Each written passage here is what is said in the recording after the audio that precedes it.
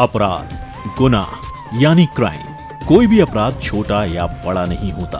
अपराध अपराध होता है, लेकिन कुछ अपराध, कुछ गुनाह, कुछ क्राइम्स ऐसे होते हैं जो हमारे जहन में एक अलग छाप छोड़ जाते हैं। मेरे साथ आप जानेंगे अपराध और अपराधियों की दुनिया की ऐसी ही सनसनीखेज और हैरत अंगेज सच्ची घटनाएं जो आपके रोंगटे खड़े कर देंगी। स्वागत है आप सभी का हमारे चैनल क्राइम जगत पर। आज की कहानी हत्या के बारे में है, जिसमें एक असाधारण तरीके से लाश को डिस्पोज किया गया और एक अजीब तरीके से लाश की खोज हुई। 6.5 सेंटीमीटर के एक साधारण स्क्रू का रहस्य जो पूरी पुलिस जांच में अहम सुराग बना। जब पुलिस को लाश मिली तो उनके पास मामले की जांच शुरू करने के लिए बहुत कम या कोई सबूत नहीं थे। केवल एक चीज थी उनके पास, और वो थी 6.5 बाई 2.5 सेंटीमीटर का एक स्क्रू। और केवल 6.5 सेंटीमीटर स्क्रू के इस महत्वपूर्ण सबूत के आधार पर जांच शुरू करने के अलावा पुलिस के पास और कोई विकल्प नहीं था। तो चलिए शुरू करते हैं। आज की कहानी एर्नाकुलम जिले की है, जो केरला में स्थित है। एक दिन मछुआरे पाणंगड़ तालाब में मछली पकड़ रहे थे। तब उन्होंने पानी के अंदर कुछ भारी चीज पाई। उन्होंने वह गुमनाम भारी चीज को बाहर निकाला और पाया कि वो एक ब्लू बैरल था, जिसमें कंक्रीट के अलावा और कुछ नहीं था। फिर वे बैरल को तालाब के पास खाली पड़ी जमीन में फेंक देते हैं। बैरल 1 साल से अधिक समय तक खाली पड़ी जमीन में पड़ा रहा। धीरे धीरे लोगों को तालाब के पास खाली जमीन से दुर्गंध आने लगी। जब दुर्गंध असहनीय हो गई तो लोकल निवासियों ने 8 जनवरी 2018 को मामले की सूचना लोकल पुलिस को दी। पुलिस ने मौके पर पहुंचकर दुर्गंध की वजह की तलाश शुरू की। पुलिस को एक अनजान ब्लू बैरल मिला जो कंक्रीट और ईंट से भरा हुआ था। उन्होंने पाया कि गंध केवल बैरल से आ रही थी, लेकिन उन्हें बैरल के अंदर कुछ भी नहीं मिला, क्योंकि वह कंक्रीट और ईंटों से भरा हुआ था। तब पुलिस ने कंक्रीट और ईंटें तोड़ने का फैसला किया। जब उन्होंने कंक्रीट मिक्स को तोड़ना शुरू किया तो कंक्रीट मिक्स के अंदर मानव कंकाल के अवशेष मिले, और यह देखकर पुलिस हैरान रह गई। इसके बाद पुलिस ने फॉरेंसिक टीम को मौके वारदात पर सुराग जुटाने के लिए बुलाया। उन्होंने पूरे कंकाल के अवशेष इकट्ठा किए और कंकाल के अवशेषों के अलावा सबूतों की लिस्ट में बहुत कुछ नहीं था जो उन्हें क्राइम सीन पर मिला था। सुराग के नाम पर उन्हें केवल हड्डियों का ढेर या कंकाल मिले थे। बालों की एक छोटी सी गेंद जिसका माप 50 सेंटीमीटर था, कपड़े का एक टुकड़ा, 3 500 रुपए के नोट और एक 100 रुपए का नोट, एक रस्सी, नीले प्लास्टिक का बैरल, एक चांदी का गहना, और बस उतना ही था। इसलिए पुलिस ने कंकाल के अवशेषों को पोस्टमार्टम के लिए भेजने का फैसला किया। लाश को पोस्टमार्टम के लिए कलामसेरी मेडिकल कॉलेज में भेजा गया। पुलिस अब सवाल पूछने लगी, ये कंकाल किसका है और लाश कैसे एक नीले बैरल में पाई गई? पुलिस ने लोकल रेजिडेंट्स से पूछा कि इस खाली जमीन में बैरल कब से पड़ा था। वे नदी से बैरल निकालने वाले मछुआरे से भी मिले। पुलिस ने पाया कि ये बैरल 1 साल से अधिक समय से नदी के पास खाली जमीन में मौजूद था। शुरुआती जांच में पुलिस को कोई सफलता नहीं मिली और पुलिस फॉरेंसिक रिपोर्ट का इंतजार करने लगी। पुलिस उम्मीद कर रही थी कि फॉरेंसिक रिपोर्ट से उन्हें कुछ ऐसा सुराग मिले जिससे मृत व्यक्ति की पहचान हो सके।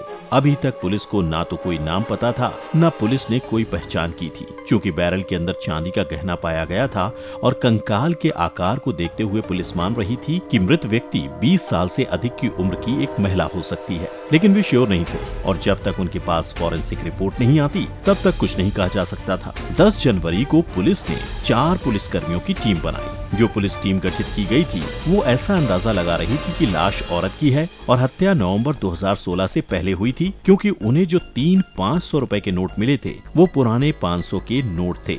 यानी कि हत्या डिमोनेटाइजेशन जो 8 नवंबर 2016 को हुआ था उससे पहले हुई थी। पोस्टमार्टम को समाप्त होने में 3 दिन लगे, क्योंकि फॉरेंसिक टीम को कंकाल के अवशेषों को फिर से बनाना पड़ा था और हर एक हड्डियों की जांच करनी थी। फॉरेंसिक टीम को छोटे कंकाल का आकार और छोटे जबड़े की हड्डी देखकर उन्हें इस नतीजे पर पहुंचने में मदद मिली कि लाश वास्तव में 48 वर्ष से अधिक उम्र की एक महिला की थी। मनुष्य की उम्र बढ़ने के साथ साथ जबड़े की हड्डी छोटी हो जाती है। फॉरेंसिक टीम ने बाएं पैर में घुटने के जॉइंट के पास की हड्डी से 6.5 मिलीमीटर स्क्रू और नट बरामद किए। इस स्क्रू का उपयोग घुटनों के फ्रैक्चर को ठीक करने के लिए किया जाता है। उससे फॉरेंसिक टीम को ये पता चला कि मृतक के पैर में एंकल फ्रैक्चर की सर्जरी हुई थी। सर्जन ने यह भी उल्लेख किया था कि 6.5 मिलीमीटर स्क्रू के ऊपर कुछ लिखा हुआ था, लेकिन वह उसे पढ़ नहीं पा रहे थे। फॉरेंसिक सर्जन ने पुलिस को फोटोग्राफिक डिजिटल एनलार्जमेंट टेक्निक का उपयोग करने की सलाह दी। तब पुलिस टीम ने एक पुलिस फोटोग्राफर की मदद ली और एक हाई रेजोल्यूशन कैमरा मंगवाया। फोटोग्राफ के डिजिटल एनलार्जमेंट के बाद पुलिस स्क्रू पर जो लिखा था उसे पढ़ने में सफल रही। पुलिस अब स्क्रू बनाने वाली कंपनी का नाम और स्क्रू का बैच नंबर पढ़ सकती थी। कंपनी का नाम था पिटकार, जो पुणे स्थित मेडिकल डिवाइस मैन्युफैक्चरिंग कंपनी थी और स्क्रू का बैच नंबर था 11.9.081। अभी तक की जांच में पुलिस को ये पता चला था कि यह कंकाल एक वृद्ध महिला का है। उसकी हत्या नोटबंदी से पहले की गई थी और उसके बाएं पैर में एक फ्रैक्चर की सर्जरी हुई थी और पुलिस के पास स्क्रू बनाने वाली कंपनी का नाम और उनका बैच नंबर था। पुलिस ने कंपनी से संपर्क किया और पता चला कि उनके पास केरला में केवल एक डीलर था जो एलमकुलम में स्थित था। पुलिस को यह भी पता चला कि कंपनी ने एक ही बैच नंबर के 161 ऐसे स्क्रू बनाए हैं और उनमें से 155 स्क्रू गुजरात और महाराष्ट्र में बेचे गए थे। कंपनी से ये जानकारी मिलने के बाद पुलिस ने यह अंदाजा लगाया कि मृत व्यक्ति शायद एक माइग्रेंट वर्कर हो सकता है या फिर उसकी हत्या भारत के पश्चिमी हिस्से में कहीं की गई हो और फिर उसे यहाँ फेंका हो, या तो फिर वह एक लोकल व्यक्ति हो सकता है जिसने केरला में डीलर से स्क्रू खरीदा था। पुलिस ने जब एलमकुलम स्थित डीलर से पूछताछ की तो पता चला कि सभी 6 स्क्रू त्रिपुनित स्थित विजया कुमारा मेनन हॉस्पिटल को बेचे गए थे। पुलिस हॉस्पिटल गई और पाया कि 6 लोगों की पैर की हड्डी टूटने की सर्जरी की गई थी और स्क्रू इसी बैच का हिस्सा था जिसका इस्तेमाल 6 लोगों की सर्जरी में किया गया था। अस्पताल के रिकॉर्ड से ये भी पता चला कि बैच नंबर और स्क्रू के डायमेंशंस पूरी तरह से मेल खाते थे। पुलिस को पता रिकॉर्ड से सर्जरी कराने वाले 6 लोगों की जानकारी मिली। अब पुलिस ने लापता व्यक्तियों की लिस्ट के साथ इन 6 लोगों को मैच किया ताकि ये पता लग सके कि क्या उनमें से किसी के लापता होने की सूचना दी गई थी जो नवंबर 2016 से पहले लापता हुए हों और एक वृद्ध महिला हो। पुलिस यह जानकर हैरान थी कि उनमें से किसी के भी लापता होने की रिपोर्ट नहीं थी। पुलिस ने फिर इन सभी 6 लोगों का पता लगाने के लिए 5 टीमों को बनाया ताकि यह पता लगाया जा सके कि मृत व्यक्ति इन 6 लोगों में से एक था या कोई और था। हालांकि पुलिस ने लिस्ट में से 5 लोगों को कांटेक्ट करने में कामयाबी हासिल की, लेकिन इलाज कराने वाली एक वृद्ध महिला का कांटेक्ट पुलिस नहीं कर पाई। जिस महिला का कांटेक्ट नहीं हो रहा था उनका नाम शकुंतला था और उनकी उम्र 53 साल थी। पुलिस ने अस्पताल के रिकॉर्ड में इमरजेंसी कांटेक्ट पर्सन के कॉलम में दिए गए नाम अश्वथी से संपर्क किया। पुलिस को पता चला कि अश्वथी वास्तव में शकुंतला की बेटी थी और अश्वथी अपनी मां के संपर्क में नहीं थी क्योंकि दोनों के बीच अच्छे संबंध नहीं थे और शकुंतला कहाँ थी उसका ठिकाना वो नहीं जानती थी। पुलिस द्वारा पूछे जाने पर अश्वथी ने बताया कि आखिरी बार वह सितंबर 2016 में सर्जरी के समय अपनी मां के संपर्क में थी। उसने बताया कि उसकी मां स्कूटर चला रही थी जब एक लॉरी ने शकुंतला के स्कूटर को टक्कर मार दी थी जिससे उसका पैर घायल हो गया था। पुलिस ने शकुंतला पर ध्यान केंद्रित किया क्योंकि वह मरने वाले व्यक्ति के समान उम्र की थी और सितंबर 2016 से उसका कोई भी पता नहीं चल पा रहा था जो कि कंकाल की मृत्यु के समय से मेल खा रहा था। पुलिस ने अश्वथी को डीएनए टेस्ट करने के लिए कहा क्योंकि पुलिस के पास सबूत के तौर पर बैरल में पाया गया बालों का एक गुच्छा था। अश्वथी के डीएनए टेस्ट से पता चला कि मृत व्यक्ति वास्तव में शकुंतला ही थी और यह शकुंतला ही थी जिसके कंकाल के अवशेष 8 जनवरी 2018 को नीले बैरल में पाए गए थे। पुलिस ने आखिरकार केवल एक 6.5 मिलीमीटर के स्क्रू की मदद से अज्ञात कंकाल की पहचान की। अब पुलिस को पहचान पता थी, लेकिन अभी भी उन्हें यह नहीं पता था कि हत्यारा कौन था और हत्यारे ने शकुंतला की हत्या क्यों की।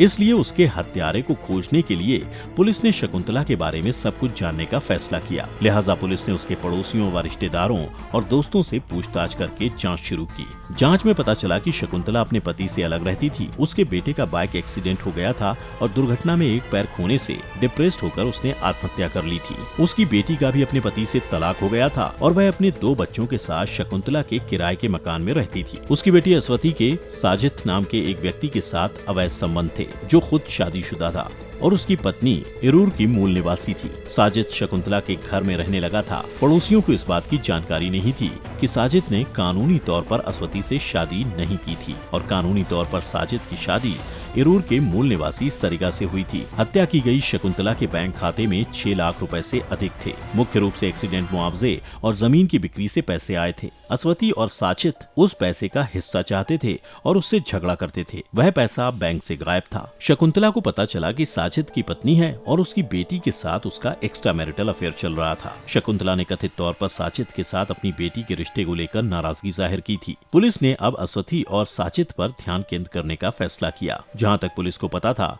शकुंतला को 15 सितंबर 2016 को अस्पताल से छुट्टी मिली थी और नोटबंदी 8 नवंबर 2016 को हुई थी। लिहाजा हत्या सितंबर से नवंबर के बीच हुई होगी। पुलिस ने अश्वथी, साजिद और उसके दोस्तों के कॉल रिकॉर्ड डेटा हासिल करने का फैसला किया। पुलिस ने पूछताछ के लिए अस्वथी को बुलाया। पूछताछ में उसने खुलासा किया कि हालांकि वह और उसकी मां एक साथ रह रहे थे, लेकिन अपने पहले पति से तलाक लेने के बाद उनके बीच अच्छे संबंध नहीं थे। अस्वथी ने यह भी खुलासा किया कि उसकी मां को साजिद के साथ उसका रिश्ता पसंद नहीं था और इसे लेकर काफी लड़ाई भी होती थी। जब पूछा गया कि उसकी मां कब लापता हो गई तो उसने खुलासा किया कि शकुंतला को चिकन पॉक्स हुआ था और अपने बच्चों को इन्फेक्शन होने से बचाने के लिए वह और उसके बच्चे 19 सितंबर को पास के एक होटल में रहने चले गए और जब वे 26 सितंबर को वापस लौटे तो वह गायब थी। जब पुलिस ने उससे पूछा कि उसने मिसिंग की शिकायत क्यों नहीं दर्ज की तो उसने जवाब दिया कि साजिद ने उसे बताया था कि शकुंतला उनके रिश्ते से खुश नहीं थी और रिटायर होकर दिल्ली में अपने मिशनरी दोस्तों के साथ रहना चाहती थी और वह दिल्ली चली गई। उसने यह भी बताया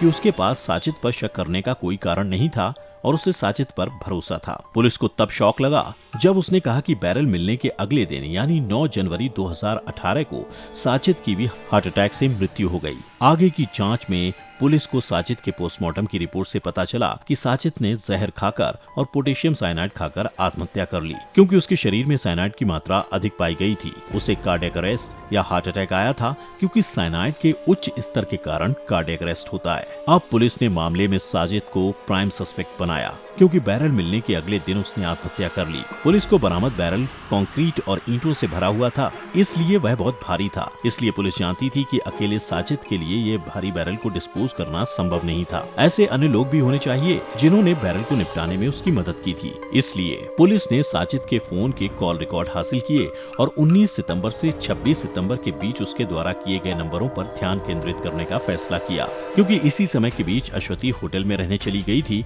और साजिद और शकुंतला घर पर अकेले थे। पुलिस को पता चला कि इस दौरान उसके 4 से 5 दोस्त थे जिनसे वह अक्सर बात करता था। पुलिस ने इन 4 से 5 दोस्तों को बुलाकर पूछताछ करने का फैसला किया। पुलिस ने उसके एक दोस्त सुरेश नामक व्यक्ति को पकड़ा और सुरेश से पूछताछ में पता चला कि साजिद ने घर पर पानी इकट्ठा करने की जरूरत बताकर अपने दोस्त सुरेश से बैरल लिया था। यह 2016 के ओणम के मौसम के दौरान हुआ था। यह उस समय के साथ मेल खा रहा था जब अस्वथी और बच्चे घर से बाहर चले गए थे। अन्य दोस्तों के साथ पूछताछ से पुलिस को पता चला कि 24 सितंबर को साजिद ने कुछ कचरे को डिस्पोज करने के लिए एक ठेकेदार महेश से मदद मांगी थी। महेश और अन्य 4 लोगों को साजिद ने यह कहा कि बैरल में कचरा है न कि लाश। जब साजिद के 4 दोस्त बैरल को हटाने में मदद करने के लिए घर पहुंचे तब साजिद ने उन्हें बैरल को सीधा रखते हुए उठाने को कहा था। जैसे ही वे बैरल को हिला रहे थे बैरल से एक दुर्गंध आ रही थी और उनमें से एक ने उल्टी भी करती थी। उनका विश्वास जीतने के लिए साजिद ने नकली स्टोरी बनाई और झूठ बोला कि बैरल में जानवरों की हड्डियां,